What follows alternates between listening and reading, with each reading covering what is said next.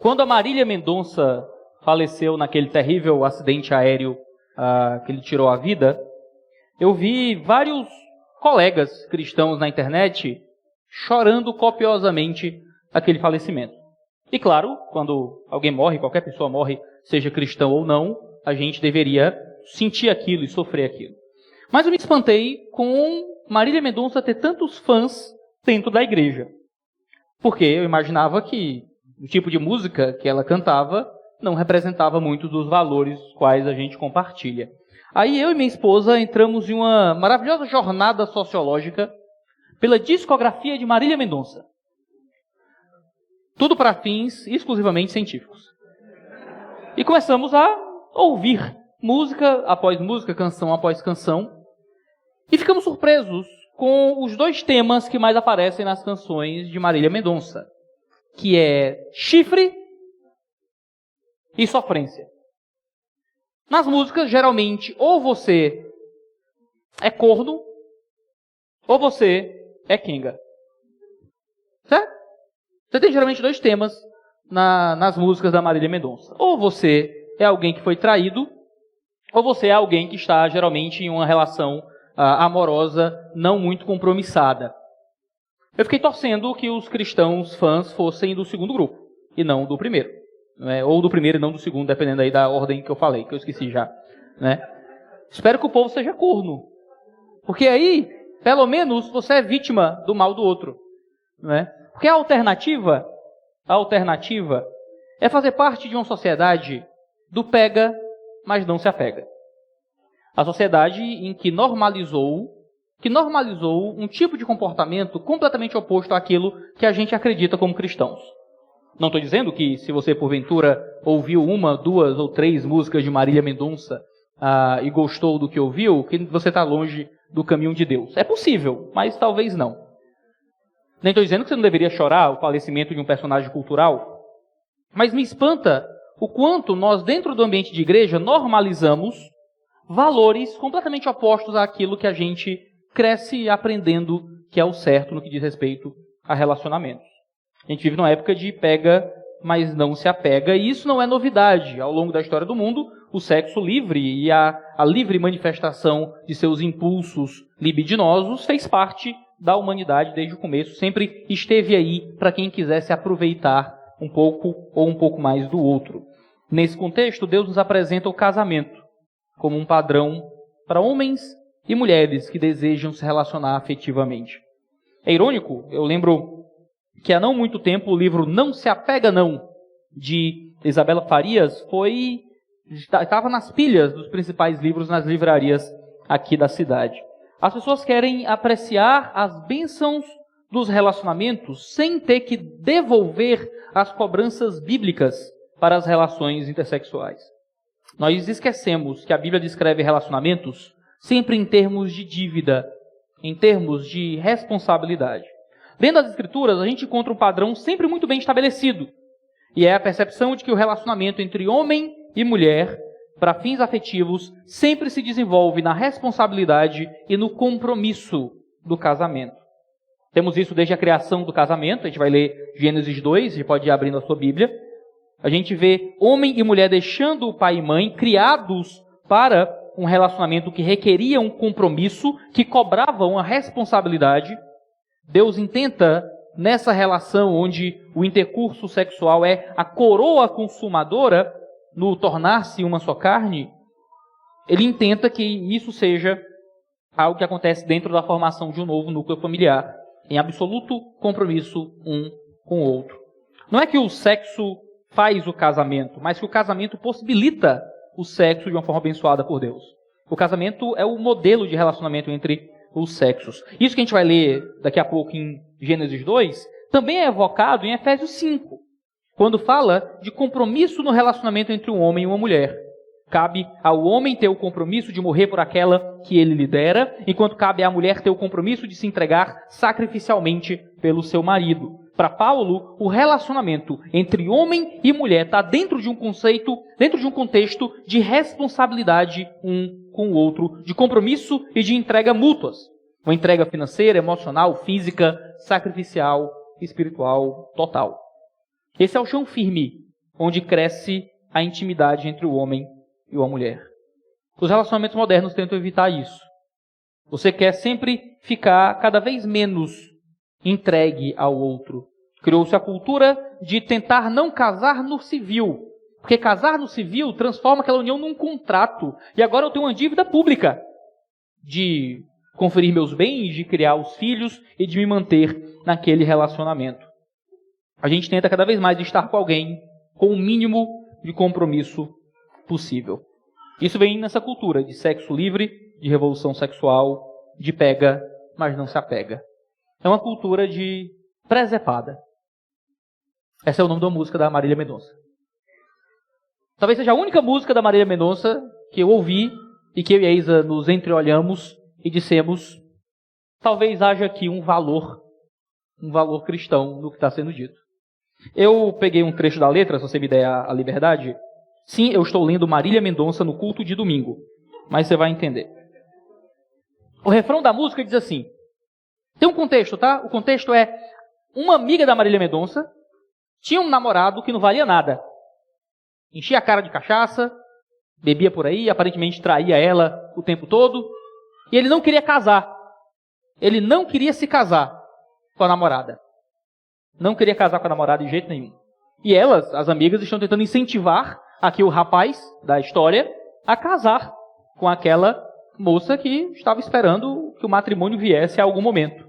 E o refrão traz a maravilhosa letra, a linda poesia de corar Camões de vergonha. Abre aspas. É hora de parar com a presepada. Respeita a sua namorada. Agarra essa mulher e casa. Agarra ela e casa. Uma obra de arte, é o sumo da poesia brasileira. Parece piada, mas parece que muitos dos nossos jovens de igreja se acostumaram com a presepada. Se acostumaram a entrar em relacionamentos e viver esses relacionamentos sem absolutamente nenhum compromisso. O oposto de casamento é presepada. O oposto de casamento é você se unir a alguém sem dever nada diretamente a esse alguém, sem esse alguém dever nada diretamente a você, e vocês viverem fingindo que são casados. E muitos brincam de namoro como quem brinca de casinha. Fingem que há um papai e uma mamãe, aproveitam de alguns dos benefícios desse fingimento, mas a qualquer momento se esvaem desse relacionamento como se fosse nada. Namorar não pode ser o seu objetivo final. O namoro é um padrão moderno, a gente já falou disso, um tanto esquisito, que não encontra respaldo dos modelos bíblicos de relacionamento. Na Bíblia, o único modelo de relacionamento é o casamento. Havia o noivado judaico, que é o extremo oposto do namoro, onde eles já eram casados, então eles já tinham todas as responsabilidades do casamento, sem ter nenhum dos benefícios do casamento, o que é completamente oposto à cultura do namoro, que é tentar ter todos os benefícios do casamento, sem nenhuma das responsabilidades do casamento. O objetivo de Deus para o homem e para a mulher é que eles se unam e se tornem uma só carne. O namoro não pode ser recreativo, o namoro não pode ser casamento, o namoro não pode ser presepada. E a gente vê isso em Gênesis capítulo 2, 18 a 25, no texto da criação do casamento. Se você puder me acompanhar nesse texto, Gênesis 2, 18 a 25, eu vou ler na Nova Almeida atualizada. Diz assim: O Senhor disse ainda: Não é bom que o homem esteja só. Farei para ele uma auxiliadora que lhe seja semelhante a ele. Havendo, pois, o Senhor Deus formado da terra todos os animais do campo e todas as aves dos céus, trouxe-os a Adão, para ver que nome lhes daria. E o nome que ele desse a todos os seres vivos, esse seria o nome deles. O homem deu nome a todos os animais domésticos, às aves dos céus, e a todos os animais selvagens. Mas para o homem não se achava uma auxiliadora que lhe fosse semelhante. Então o Senhor Deus fez cair um pesado sono sobre o homem, e este adormeceu. Tirou-lhe uma das costelas e fechou o lugar com carne. E da costela que havia tirado do homem, o Senhor Deus formou uma mulher e a levou até ele. E o homem disse: Esta, afinal, é osso dos meus ossos e carne da minha carne. Será chamada varoa, porque do varão foi tirada. Por isso, O homem deixa pai e mãe e se une à sua mulher, tornando-se os dois uma só carne. Ora, um e o outro, o homem e sua mulher, estavam nus e não se envergonhavam. O texto da criação do casamento é relativamente intrigante, porque a gente tem uma história sendo contada aqui. Quando a gente abre nossas Bíblias em Gênesis capítulo 1, nós temos a descrição da criação do universo e do mundo, onde tudo é dividido ali em 6 dias e há um 7º dia de descanso, onde Deus aprecia a sua obra. O 6º dia é descrito a criação do homem e da mulher em termos muito reduzidos, muito curtos. Deus criou, homem e mulher os criou, e é isso aí. Quando a gente chega no capítulo 2, Deus vai destrinchar o que foi o 6º dia. E a gente vai entender com mais detalhes como se deu a criação do homem e da mulher. Em Gênesis 1, a gente tem simplesmente a conclusão da obra. Deus criou homem e mulher os criou, e é isso aí. Agora a gente descobre em Gênesis 2 que esse processo aconteceu primeiro com Adão sendo criado sem Eva. Adão foi criado sozinho e esse cenário não era bom. Você sabe que em Gênesis capítulo 1 existe esse refrão que há no fim de cada dia, e foi tarde de manhã, tal dia, e Deus viu que tudo aquilo era bom. A gente tem então a declaração no fim do 6º dia que Deus viu que tudo era muito bom. Mas agora, quando essa criação vai ser destrinchada, nós lemos que não era bom. O Senhor disse ainda, não é bom. Não é bom que o homem esteja só. Queridos, estar sozinho não é bom. Talvez você seja o tipo de pessoa que gosta de ter um tempo para si, que gosta de curtir aí o seu tempo sozinho. Talvez você seja um tanto introspectivo e gaste muito rápido sua energia social. Mas veja, a solidão absoluta, você não ter aquela pessoa do seu lado que lhe corresponda diretamente, é uma situação que Deus diz que não é boa. Adão está solteiro, Adão não tem uma esposa, e isso é um problema na criação de Deus. Por algum motivo, Deus escolhe dar a Adão a experiência de solidão antes de supri-lo. Deus já poderia ter criado Eva e Adão ao mesmo tempo, do mesmo pó da terra. Eles já nasciam entregues um ao outro, mas não foi a intenção de Deus. A intenção de Deus era que Adão conhecesse uma existência solitária antes de conhecer correspondência e completude em Eva. Não é bom que o homem esteja só.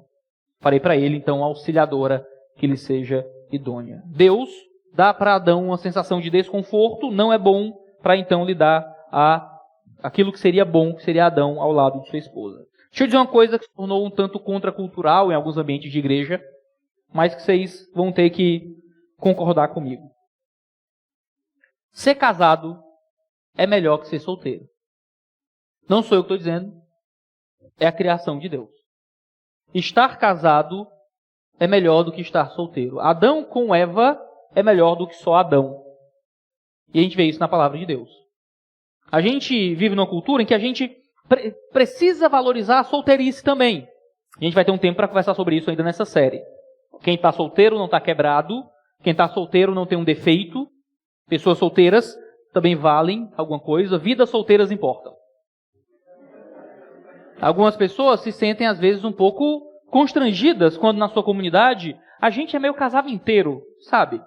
Eu sempre tento consolar os jovens que todo mundo quer arrumar alguém. Eu digo, uma igreja casamenteira, provavelmente uma igreja de casamentos felizes. Alguém infeliz no casamento nunca está tentando arrumar alguém para outra pessoa. Sempre vai ser aquele que vai dizer, minha filha vai estudar, vai trabalhar, quer isso, não faça isso não. Pessoas em casamentos infelizes raramente vão te encorajar ao casamento. Se os teus pastores, se suas tias, se os teus amigos, se está todo mundo tentando te empurrar para alguém, veja pelo lado positivo. Eles querem compartilhar com você uma experiência que para eles tem sido muito boa. O casamento, claro, não é um mar de rosas, são 2 pecadores se casando, traz vários desafios particulares, mas eu vou repetir, estar casado é muito melhor do que estar solteiro. Se você está solteiro, você precisa entender que sim, sua vida vale, você importa, você não está com defeito, Deus não esqueceu de você, se você está tentando casar e não consegue. Mas encontrar um matrimônio é encontrar algo que Deus criou para completar quem nós somos. O matrimônio foi a coroa da criação, não Adão e Eva independentes, mas Adão e Eva interrelacionados aqui, em matrimônio. Deus nos criou para casar. Deus nos criou para vivermos com uma mulher ou com um homem. Claro que casamento tem dificuldades, eu não vou mentir para você. Mas a vida de solteiro também tem. As dificuldades que a gente encontra no matrimônio, provavelmente a gente encontraria também solteiro. As pessoas me perguntaram essa semana, perguntaram para a Isa, na verdade, no Instagram, casar engorda? Engorda. Mas sabe o que acontece? Envelhecer engorda. Todos os solteiros da minha idade que eu conheço engordaram também. Certo? O que engorda não é casar, o que engorda é viver. A gente vai comendo mal, vai ficando preguiçoso, o metabolismo vai atravancando e é isso aí. Se matricula na Smart Fit e vai com fé. Né? Viver tem suas dificuldades. Às vezes a gente casa e acha que, puxa, meu casamento tem muitas dificuldades, casar foi uma péssima decisão. Pode ter sido. Deve ter sido uma péssima decisão a pessoa com quem você casou. Casar pode ser uma coisa difícil se você casar mal. O livro de Provérbios vai dizer que é melhor ficar sozinho do que casar com alguém que vai ficar sendo um desafio para a sua vida. Mas, via de regra, o casamento é para ser uma experiência que engrandece o homem e a mulher. Estar solteiro para Adão não era bom, estar casado era muito melhor. A solteirice é um ambiente pior que o matrimônio. Você deveria procurar se casar. Você deveria ficar feliz quando seus colegas são casamenteiros. Você tem exemplo de pessoas realizadas à sua volta para que você possa, de alguma forma, imitar. Infelizmente, a teologia popular acaba sendo feita num pêndulo. Antes a gente valorava a virgindade e a castidade como algo superior, depois o casamento. Então a gente começa a defender que o solteiro não está com defeito e a gente tem que voltar a falar de casamento novamente. É importante quem sabe valorizar as coisas, não desprezar a vida de solteiro, não tratá-la como uma vida inferior. Teremos um sermão só para falar de solteirice, mas entender que você deveria buscar o casamento. É algo que você deveria efetivamente desejar. Não é só algo que, se der, deu. Deveria ser uma bênção que é um dos seus objetivos de vida. Ser casado é muito melhor. Deus diz isso sobre Adão, que não era bom que ele estivesse só. Então ele cria e entrega para Adão uma auxiliadora, porque o casamento é uma coisa que Deus dá. Deus inventa o casamento não é só uma tradição familiar, um costume cultural, mas uma invenção do próprio Deus, uma criação do Senhor para resolver algo que não era bom, para dar a nós um tipo de vida muito mais pleno, onde a gente encontra auxílio e idoneidade e semelhança. Então Deus traz a Adão essa auxiliadora. O texto diz que quando Deus vai trazer essa auxiliadora para Adão, ele não simplesmente faz a mulher. Mais uma vez, Deus constrói aqui algo na vida de Adão. A gente vê isso a partir do verso 19, quando Deus coloca Adão para exercer domínio sobre a criação. Lembre que a ordem de Deus, em Gênesis 1, foi que o homem e a mulher dominassem a criação. Naquela pequena comunidade, você tinha os animais, você tinha as plantas, você tinha o jardim.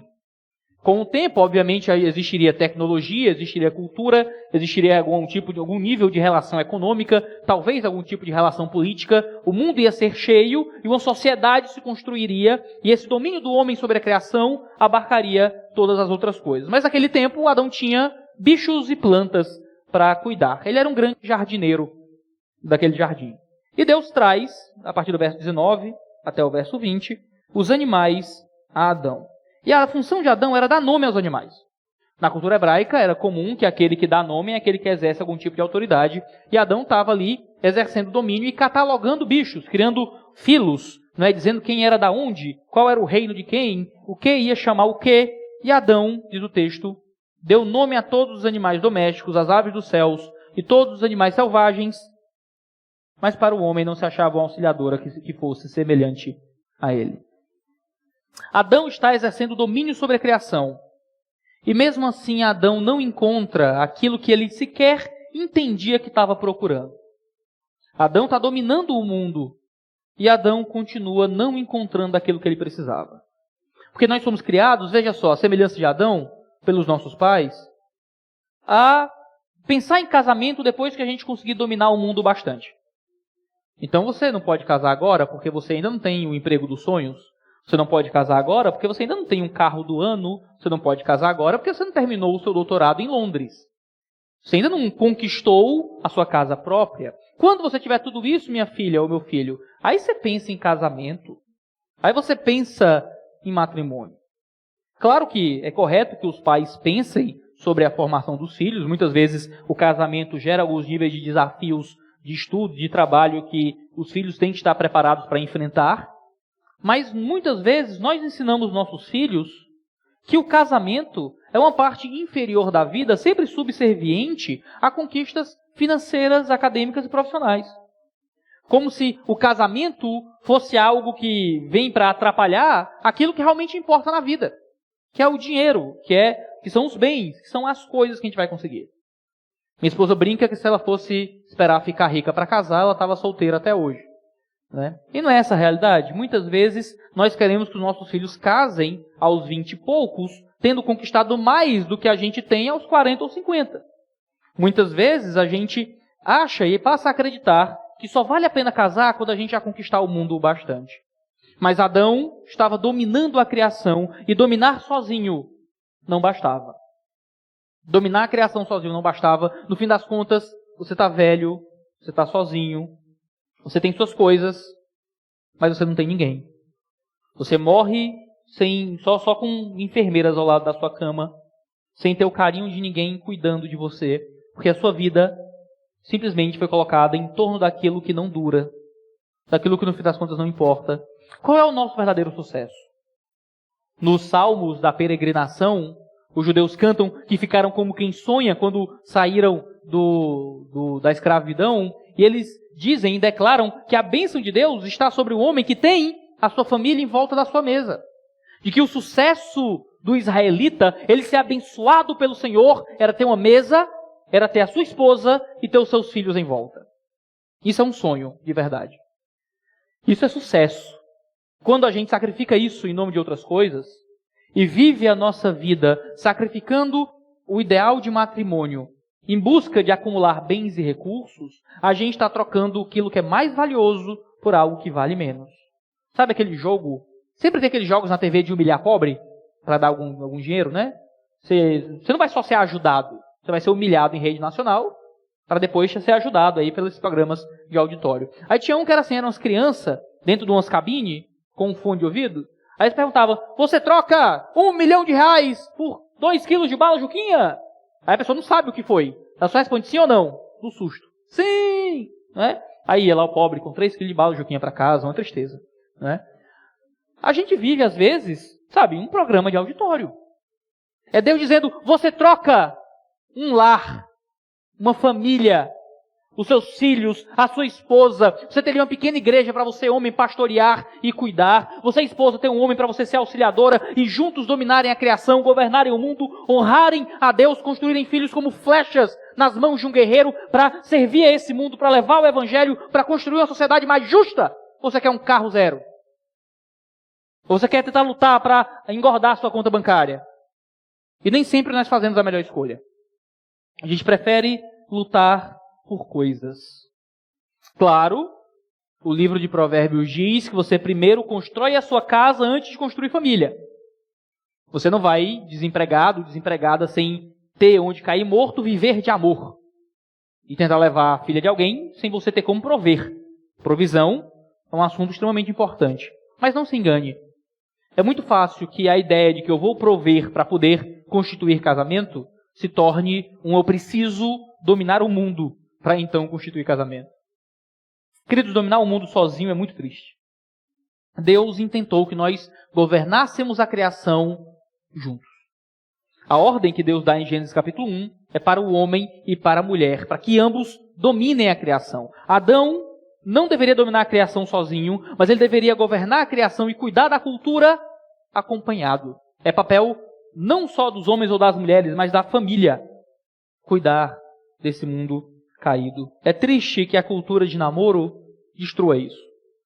E ao invés de nós constituirmos um relacionamento para a vida, onde homem e mulher estão unidos para sempre, e para sempre estão em uma jornada conjunta no serviço da sociedade e em levar o evangelho, agora nós temos só pequenos relacionamentos que não são baseados para fora, são baseados para dentro. Se um casamento é um núcleo para o domínio da criação, para o governo da coisa criada, Se nesse casamento haverá filhos, e esses filhos serão instrumento para o serviço do mundo, o casamento é uma instituição que funciona para fora. O casamento domina o mundo, serve à sociedade, cria filhos e os lança para que o mundo seja melhor servido. O namoro é o oposto disso. O namoro é um relacionamento voltado para dentro. É um relacionamento, muitas vezes, puramente egoísta. Onde até os amigos são afastados porque não dá para ter amigos enquanto beija na boca. Onde, muitas vezes, o único mote, a única razão daquele relacionamento é a maximização dos prazeres e do conforto emocional daquelas duas pessoas. Um casamento não pode ser isso. Um relacionamento maduro, ele é vivido para fora. Então Deus dá para Adão essa experiência. Ele olha para o mundo e não encontra a satisfação que ele só encontraria no casamento nesse exercício de cuidar do mundo. E então Deus resolve isso com uma nova antropologia.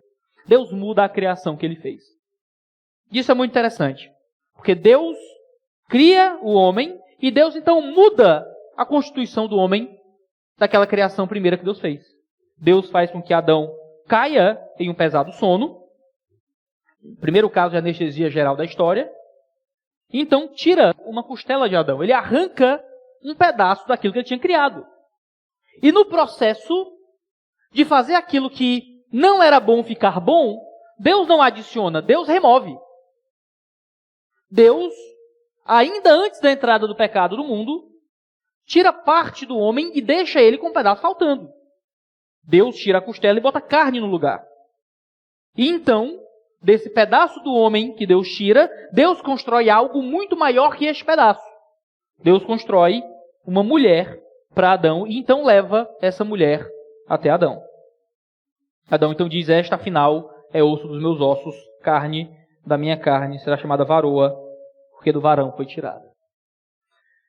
Veja só, Deus tira algo de Adão. Adão não estava bem completo.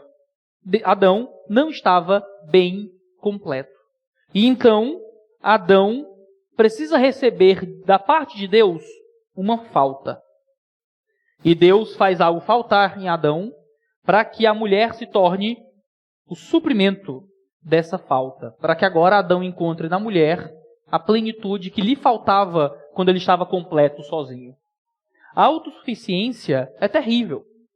A autossuficiência é terrível. Deus não nos fez para sermos autossuficientes. Não só no sentido espiritual. Adão não estava efetivamente sozinho. Ele tinha Deus. Mas também no sentido humano. Você não existe para depender só de Deus. Você também existe para depender dos outros. E Deus aqui faz com que Adão também dependa da sua mulher para que ele encontre completude. Auxílio idôneo é o que está escrito aqui. Um auxílio correspondente. Adão podia encontrar auxílio nos animais para muitas coisas. Se ele fosse andar a longas distâncias, ele podia subir nas costas de um cavalo. Se ele quisesse voar, ele pegava as patas de um pterodáctilo. Eu imagino isso no meu cenário infantil, assim, né? Se ele quisesse nadar, ele subia nas costas de um golfinho, tipo Aquaman. Um negócio maravilhoso. Ele podia usar os animais para o seu benefício. Ele conseguia encontrar auxílio na criação. Mas a ideia é que ele não tinha auxílio correspondente, um auxílio idôneo. Alguém que lhe fosse igual. Alguém que lhe fosse igual. Não alguém menor, não alguém superior, mas alguém igual. Porque o casamento é isso. Existe uma igualdade que se dá no casamento. Essa igualdade possui papéis diferentes, mas no sentido antropológico, homens e mulheres são iguais. E ambos se auxiliam nesse processo de dominar a criação. Querido, deixa eu dizer mais uma coisa, um tanto contracultural, dependendo do ambiente onde você viva.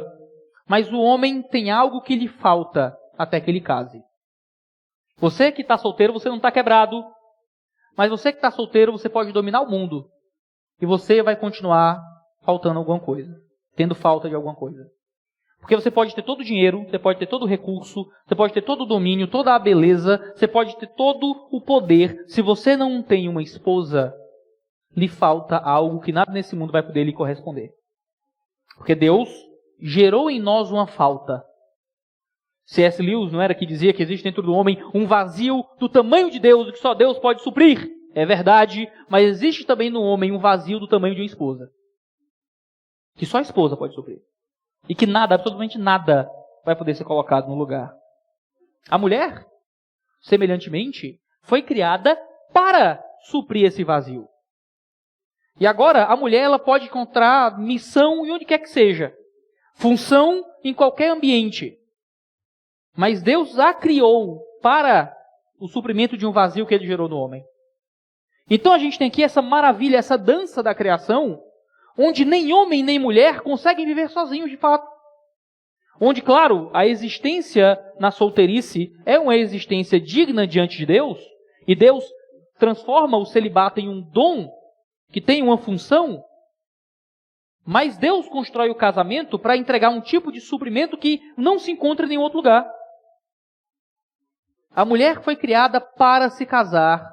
O homem está incompleto e com um buraco que não vai ser suprido por nada além do casamento.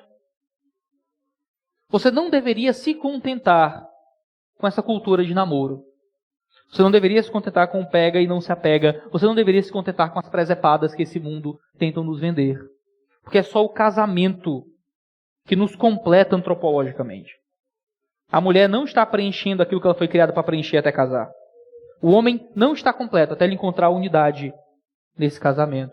E é uma nova antropologia. Deus nos faz para que só sejamos completos no casamento. Por isso que Adão olha para sua esposa.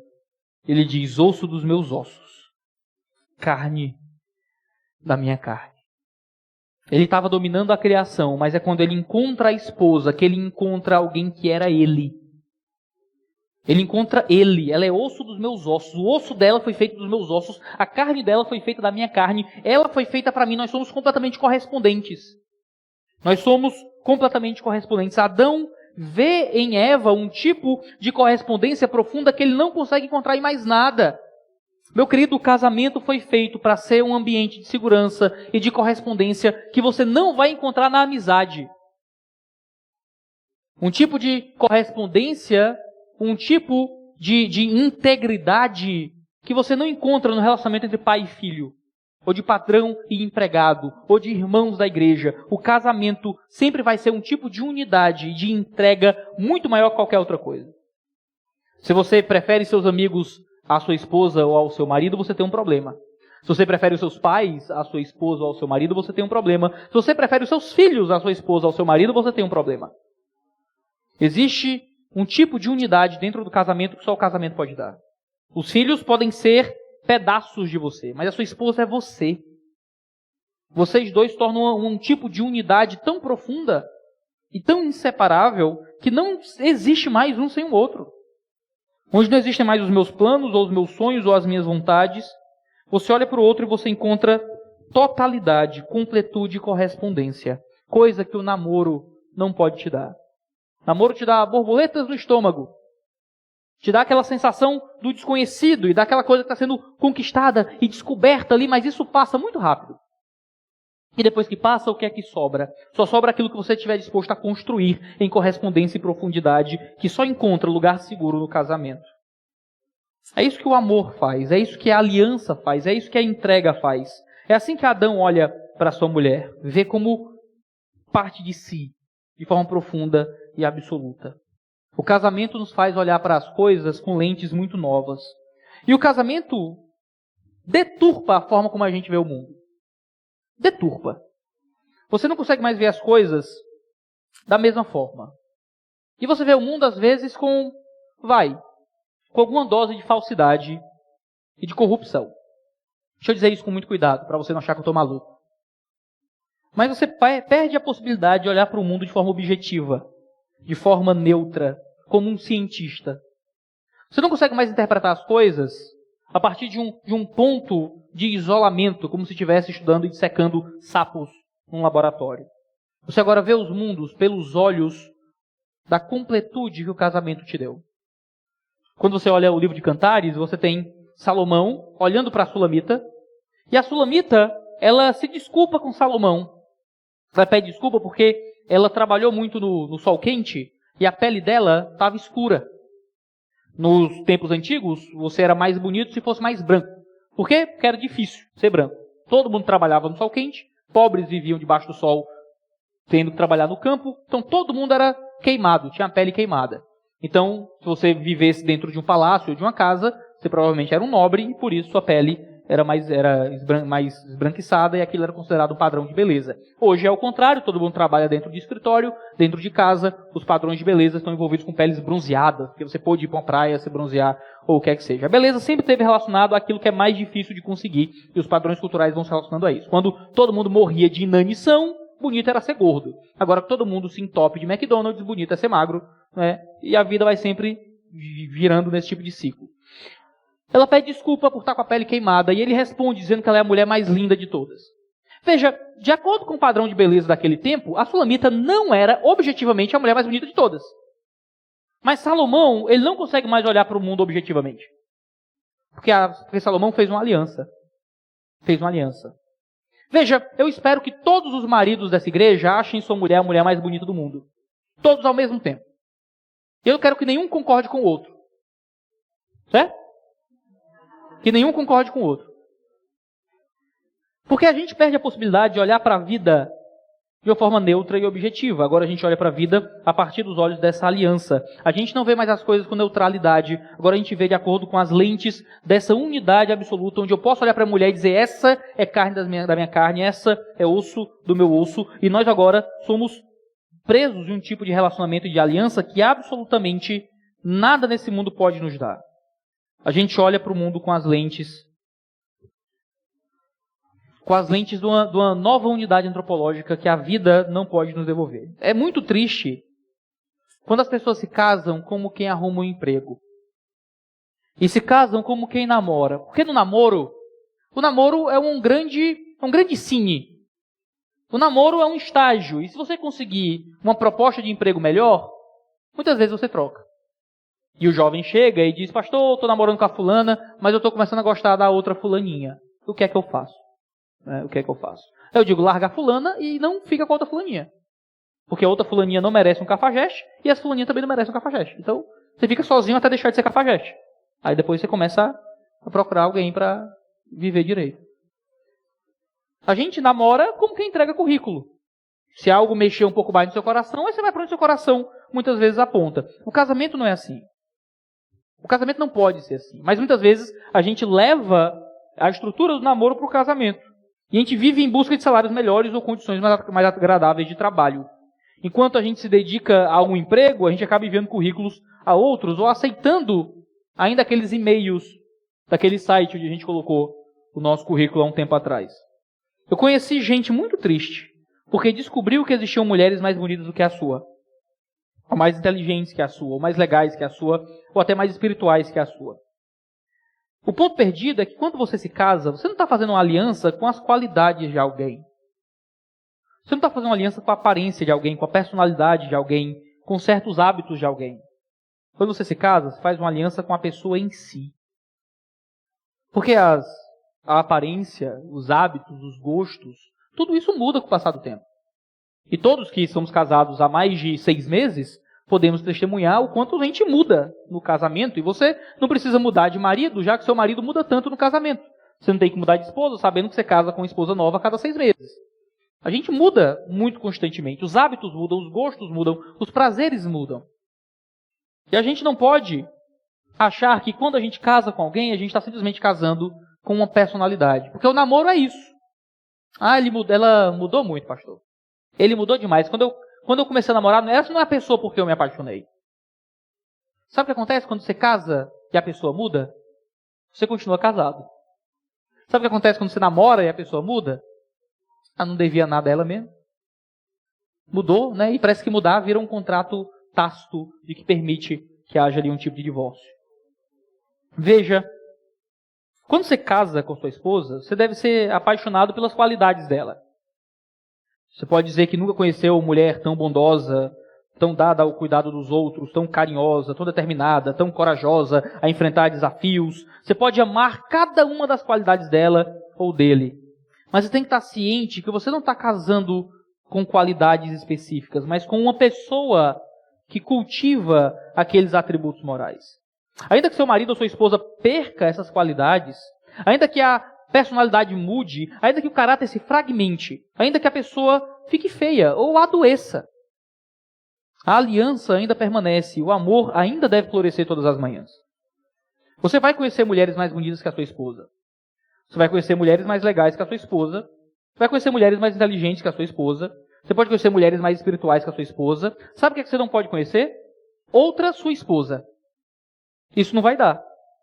E esse é o único fator relevante na sua vida sentimental. Foi com ela que eu fiz a aliança? Não foi. Então que se dane. Foi com ele que eu fiz a aliança e que eu prometi entregar a minha vida? Não foi. Então não importa. Absolutamente não importa. Você pode, sem dificuldade, encontrar pessoas aparentemente melhores do que você aí em volta, e você não quer que o seu marido ou a sua esposa ache que pode mandar currículos onde houver uma possibilidade de emprego melhor. Não é uma questão de competição. É uma questão de olhar para o outro e ver a carne da sua carne e o osso do seu osso. Ver a completude de quem você é. Isso namoro nenhum pode dar. Namoro nenhum pode dar. Porque no namoro você pode continuar comparando a sua pretendente ou o seu pretendente com outras pessoas, achando que a superioridade dos atributos é o que mantém o relacionamento. E você vai ter perdido tudo. Perdido tudo, sem nunca poder dizer carne da minha carne e osso dos meus ossos. Por isso, o casamento. É o que Moisés, na narrativa, vai terminar dizendo no verso 24 e no 25. Por isso, o homem deixa pai e mãe e se une à sua mulher, tornando-se os dois uma só carne. Ora, um e o outro, o homem e sua mulher, estavam nus e não se envergonhavam. Agora eles criam um novo núcleo familiar por causa dessa visão e dessa aliança que eles fazem um com o outro, de enxergar o outro como parte de si. O casamento cobra sacrifícios. O casamento cobra deixadas para trás. O casamento não é só uma adição, o casamento também é uma subtração. O homem deixará pai e mãe. A relação entre homem e mulher cobra algo de você. Tira algo de você. Porque quando você mora com seus pais, a responsabilidade do seu sustento é primariamente dos seus pais.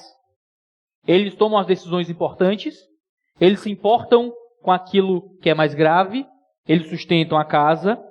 Quando você sai da casa dos seus pais, agora você tem um novo núcleo, onde as decisões importantes são suas, onde o sustento agora é de vocês. E você precisa sentir isso. Deixar pai e mãe é algo muito caro e o namoro não te dá isso. O namoro não te cobra nada. Você continua saindo com essa mulher e a tua mesada continua pagando o sorvete. Ah não, pastor, mas eu trabalho. E sou eu que pago o lanche quando eu saio com o namorado. Sou eu que pago o cinema. Maravilha. Mas a cama que você dorme, a comida que você come, o teto que te cobre ainda não é seu. Você ainda tem uma vida muito confortável. De outra pessoa te dando todo o suporte para que você saia para se divertir com essa moça. Ou com esse rapaz. O namoro não te cobra nada. Não te cobra nada. O casamento, por outro lado, te coloca em uma nova relação de autoridade e te faz criar um novo núcleo familiar. O casamento cria um novo núcleo de autoridade também. Quando diz que deixa pai e mãe, agora o homem se torna o pastor de um lar, a mulher se torna a auxiliadora dessa casa, os filhos agora estão debaixo dessa autoridade, coisa que não existe no namoro. Como eu já falei, às vezes as moças vêm me perguntar: ah, pastor, quanto de submissão bíblica eu devo ao meu namorado? E a resposta é sempre nenhuma, absolutamente nenhuma. Submissão bíblica é para o seu marido. Seu namorado não é nada seu. Enquanto você namora, você é submisso ao seu pai e à sua mãe. Assim como o namorado é submisso ao pai e à mãe. Namorado não tem nenhum poder de autoridade, nenhuma voz de mando, ou o que é que seja, sobre namorada. O casamento não. Quando você escolhe um homem para se casar, você está dizendo: eu vou me comprometer a ser pastoreado por esse homem para o resto da minha vida. Quando você escolhe uma mulher para se casar, você diz: eu vou me comprometer a ser auxiliado por essa mulher para o resto da minha vida. Agora eu vou abrir meu coração e a minha vida e vou me entregar completamente a essa mulher. Agora eu vou abrir meu coração e a minha vida para me entregar completamente a esse homem. E isso é um tipo de unidade que o namoro nunca vai poder emular. Porque no namoro, você volta para casa. No fim do dia. No namoro, você obedece seus pais no fim das contas. Claro, eu não estou dizendo para você casar contra seus pais. Isaac e Rebeca receberam todo o trabalho dos pais em volta. Existe um processo, ainda que você pede conselhos para seus pais, para seus pastores, as pessoas mais velhas à sua volta lhe ajudam a tomar uma boa decisão, mas você só entra em um novo núcleo de autoridade quando o casamento começa. A consumação carnal só tem lugar no casamento. A consumação carnal só tem lugar no casamento. Diz: e eles se tornarão uma só carne. E veja que há aqui um processo. O homem deixa pai e mãe, se une à sua mulher e então se torna uma só carne. O processo é esse. Você não se torna uma só carne antes de se unir à sua mulher, que o termo é casamento. Você não se une à sua mulher, você não se torna uma só carne sem deixar pai e mãe. Se você mora com seus pais, você não pode fazer sexo. Simples assim. Se você não se uniu em matrimônio com essa mulher, você não tem o direito sobre o corpo dessa mulher. Simples assim. Porque tornar-se uma só carne, que é a linguagem bíblica aqui para o sexo, só deve acontecer dentro de um contexto de união e de casamento, de entrega absoluta. Nunca entregue o seu corpo para quem ainda não te entregou a vida. Não aceite intimidade física com quem ainda não escolheu entregar toda a existência para você. Ela só pode ser carne da sua carne e osso dos seus ossos, quando se torna a única mulher da sua vida, quando se torna o único homem da sua vida. A consumação carnal só tem lugar no casamento, e o namoro continua querendo te convencer do contrário todo dia. Agora não se engane, o sexo é uma coisa maravilhosa, vou mentir para você não. Mas de longe não é a coisa mais prazerosa de um casamento.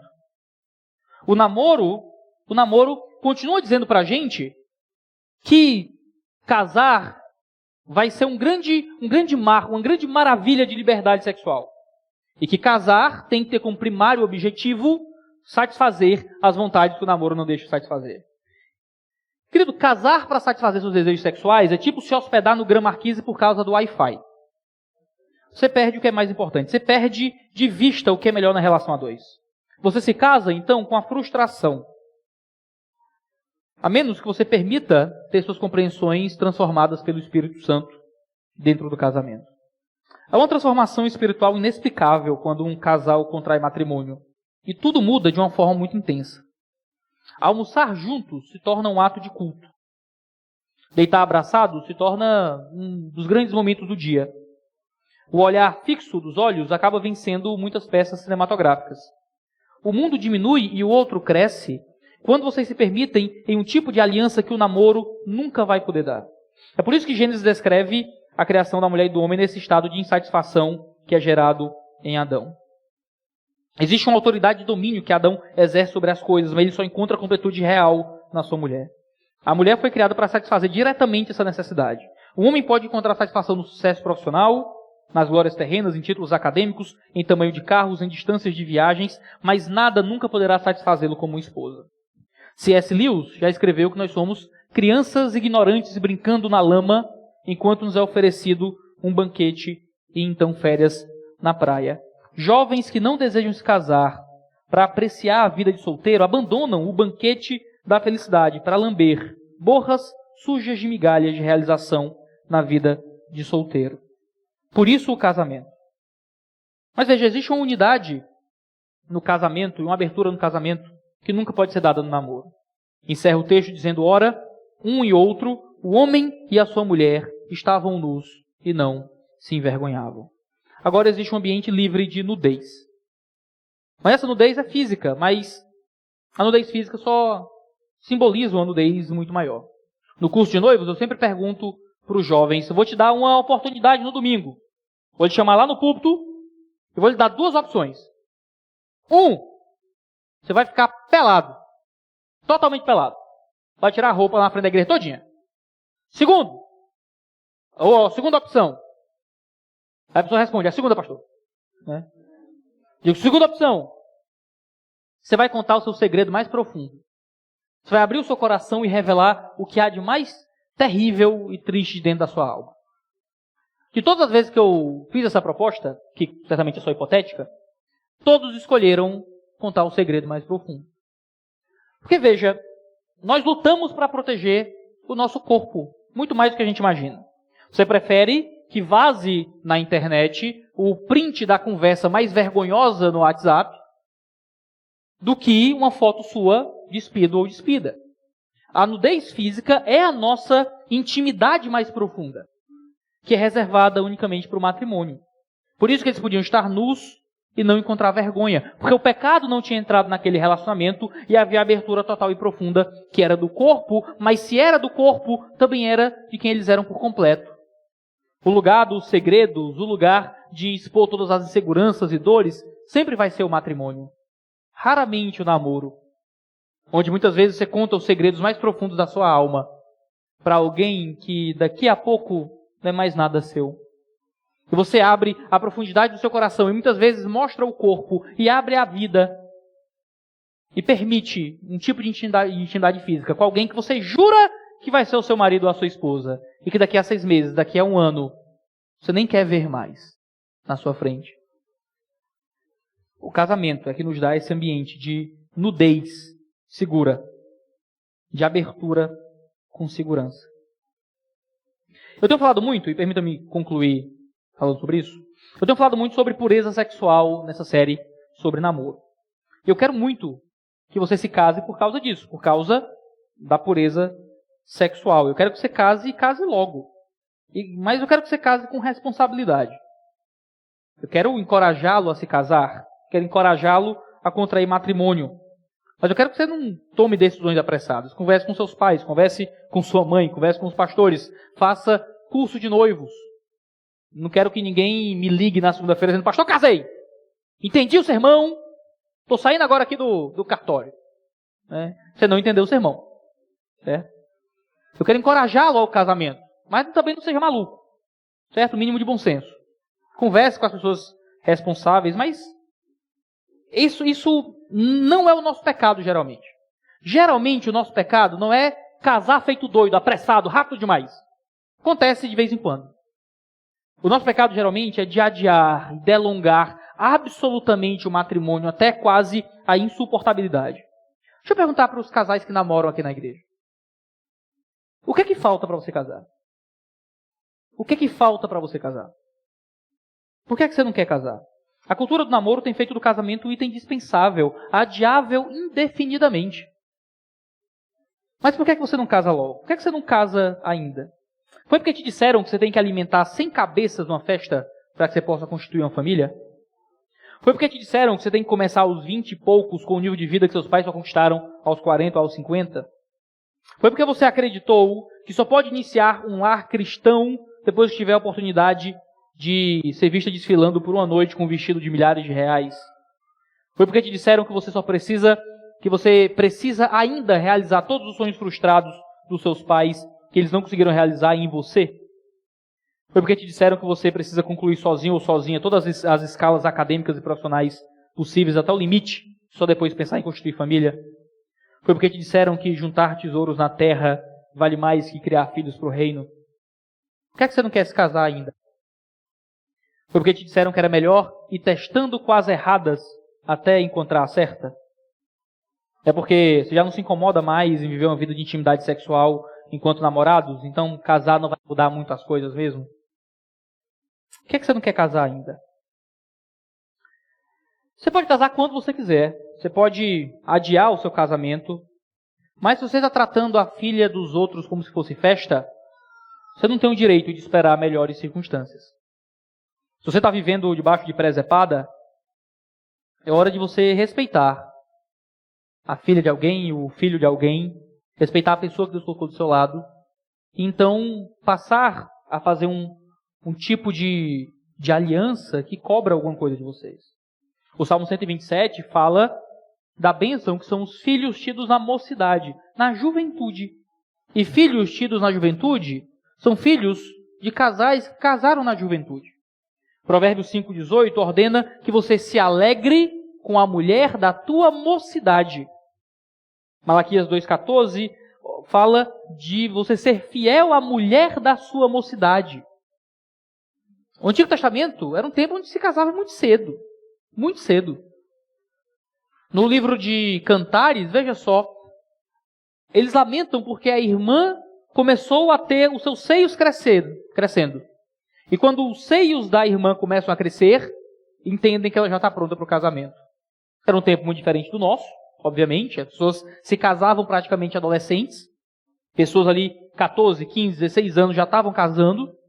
A nossa cultura capitalista mudou muito com a nossa sociedade de mercado, o modo como a gente se prepara para poder sustentar uma família, mas a gente adia o nosso matrimônio indefinidamente, por motivos altamente justificáveis.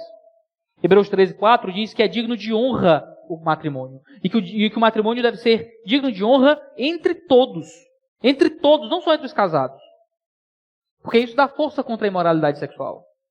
Como solteiros vão vencer a imoralidade sexual, também valorizando o matrimônio e entendendo que o casamento é o lugar onde ele vai encontrar a carne da sua carne, o osso dos seus ossos. Queridos, quando falamos do casamento, nós falamos da instituição que Deus criou para representar na terra o relacionamento de Cristo com a igreja. E isso é um mistério maravilhoso que Paulo desenvolve em Efésios capítulo 5. Onde quando ele fala do modo como o homem trata a sua mulher e de como a mulher trata o seu marido, isso é uma forma visível de enxergar o fato de que Cristo morreu por nós e nos leva para si. O modo como o marido trata uma esposa é análogo, no texto, ao modo de como Cristo trata a sua igreja. O modo como como a esposa trata o marido é análogo à forma como a igreja trata o Senhor Jesus Cristo. O casamento existe como um tipo de entrega espiritual e tão profunda que o próprio evangelho se manifesta no casamento. Não é nos brother. Não é da galera do racha. Não é nas amigas do shopping. Não é na comunidade acadêmica. Não é na casa de mamãe e de papai. É no casamento. É no matrimônio. É em vocês olharem um para o outro e fazerem um tipo tão profundo de aliança em que o evangelho se torna visível em um marido e em uma esposa. Por que você não iria desejar isso para a sua vida? Porque você ia rejeitar receber isso na sua própria existência. Porque me parece algo profundamente desejável. Se você ainda não vive isso, talvez seja a hora de você olhar mais para a grandeza desse evangelho e desejar que o evangelho transforme os seus valores, transforme os seus desejos, transforme os seus interesses, para que você coloque o casamento no seu mapa, na sua agenda, e você comece a entender que o casamento é muito melhor que qualquer namorinho que você consiga viver enquanto solteiro.